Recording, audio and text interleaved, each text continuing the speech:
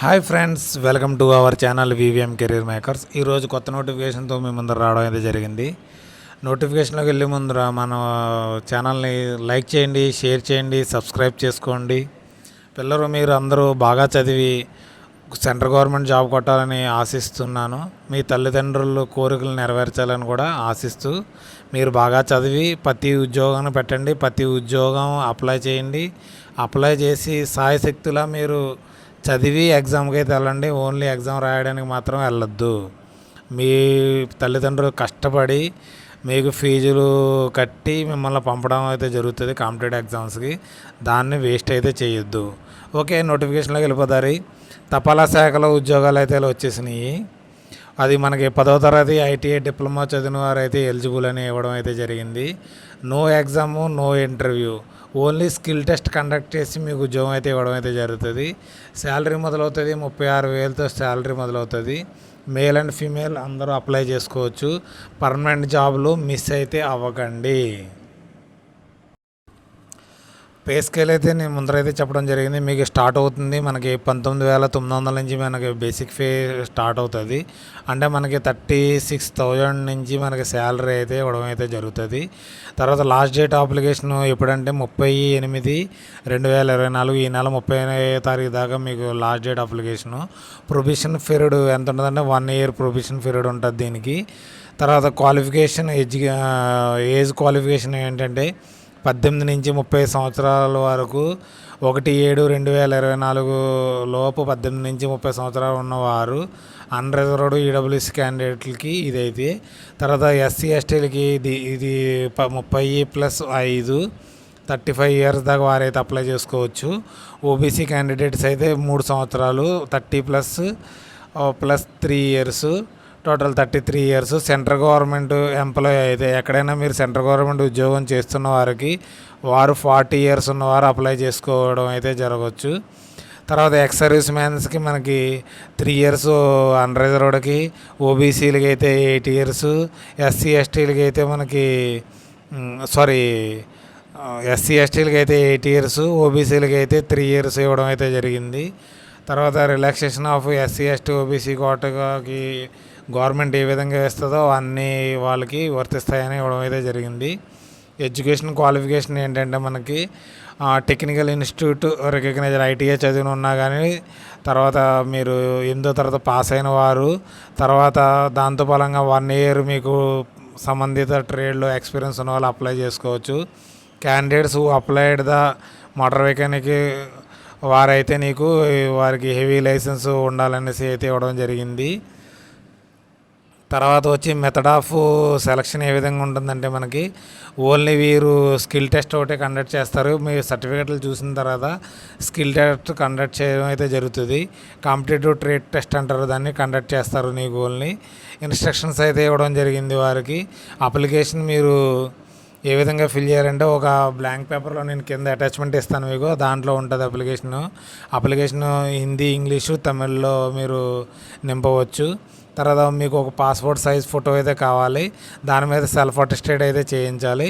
తర్వాత మీకు దీనికి postal order, Indian postal order, ఇది ఓన్లీ పోస్ట్ ఆఫీసులోనే దొరుకుతుంది. 100 రూపాయల పోస్టల్ ఆర్డర్ దీనికి అప్లికేషన్తో పలాగా మీరు సబ్మిట్ చేయాలి.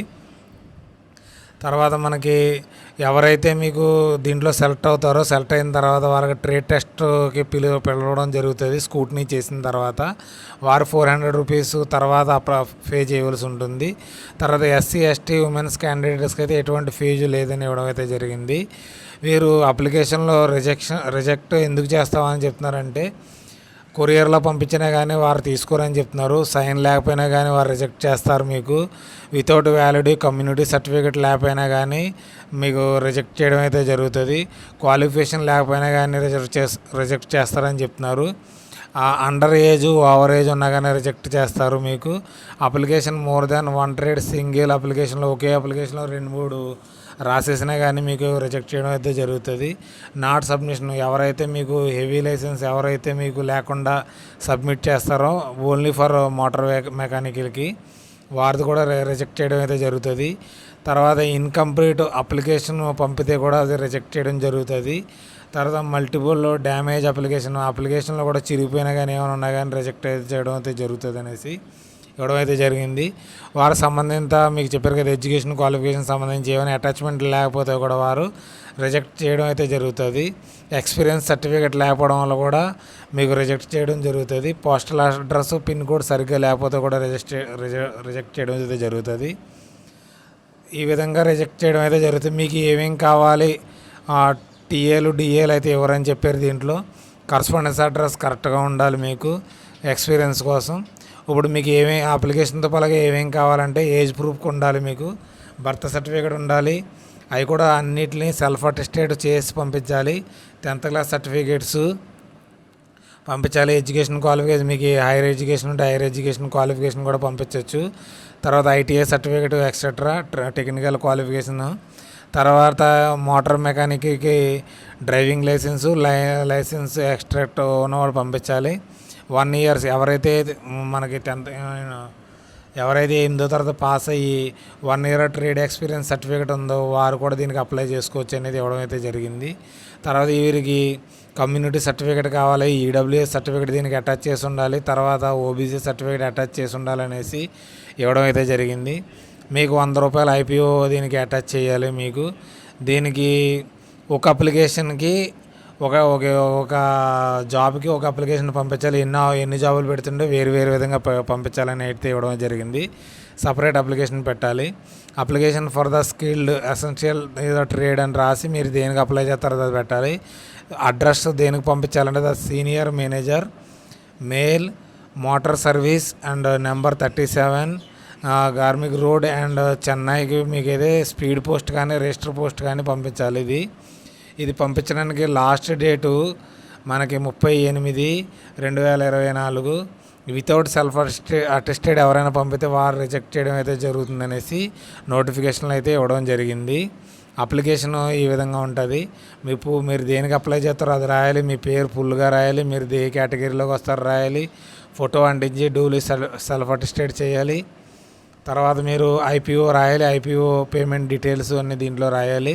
ఫాదర్ నేము, అడ్రస్, కమ్యూనికేషను మొత్తం అడ్రస్ అయితే రాయాలి, ఈమెయిల్ ఐడి రాయాలి, మీరు రిలీజన్ రాయాలి. దీంట్లో డేట్ ఆఫ్ బర్త్, ఏజ్ ఇయరా, మంత్, ఎన్ని సంవత్సరాలు, date, details of education qualification కోసం దీనికి రాయాలి. డీటెయిల్స్ ఆఫ్ టెక్నికల్ ఎడ్యుకేషన్ మీరు ఐటీఐ రిలివెంట్ ట్రేడ్ చదివితే దీంట్లో రాయాలని ఇవ్వడం జరిగింది. డీటెయిల్ ఆఫ్ టెక్నికల్ ఎక్స్పీరియన్స్ అదే మీరు ఐటీఐ చదవకుండా ఎక్స్పీరియన్స్ సర్టిఫికేట్ ఉన్న వాళ్ళైతే ఎక్కడి నుంచి మీరు చేశారో దానికోసం పీరియడ్ ఆఫ్ ఎన్ని సంవత్సరాలు చేస్తారో రాయాలి.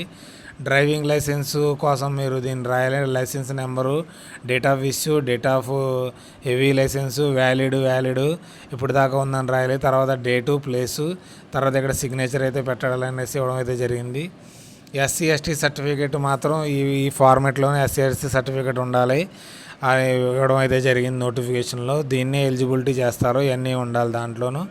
తర్వాత మీరు ఓబీసీ అయితే ఈ ప్యాటర్న్లో మీరు ఓబీసీ సర్టిఫికేట్ చేసి ఉండాలనేసి నోటిఫికేషన్లు ఇవ్వడం జరిగింది. లేకపోతే రిజెక్ట్ చేయడం అయితే జరుగుతుందని ఇవ్వడం జరిగింది.